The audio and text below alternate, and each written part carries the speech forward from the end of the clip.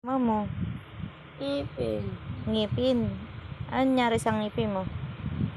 Sumakit. Sumakit. Hmm. Tapos, Bigla naman sumakit eh. Wala naman ako kinain na matigas eh.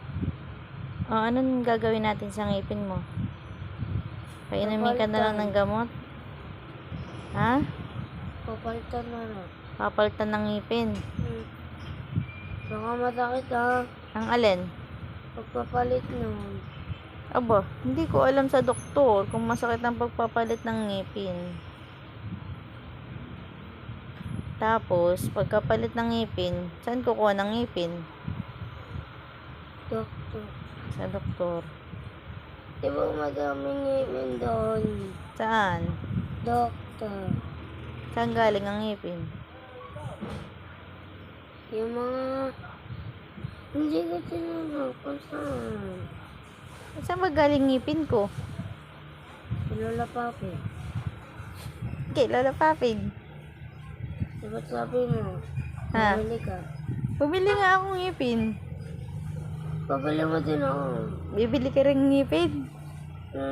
Saan? Lola Papi. Iba ka nga wala ng tindang ngipin si Lola Paping. Matagal na hindi nagtitinda nun eh. Paano yung magtitinda? Kaya nga matagal na hindi nagtitinda ng ngipin. Saan tayo bibili ngipin? Kahit saan na lang. Sa Shopee. Totoo. Sa Lazada na lang. Meron ba? Hindi ko nga alam eh. Tingnan mo lang. Saan? Saan sinasabi mo nga? Gusto mo mapapalitan yung ngipin mo? Gusto Bakit ko. nga? Ba't gusto mo buo? Bata ka pa naman. Tutubo pa Sabi yan. mo, pogi ako. Pogi ka naman ah. Ayoko bungi, papangit ako. Ayaw mo pumangit.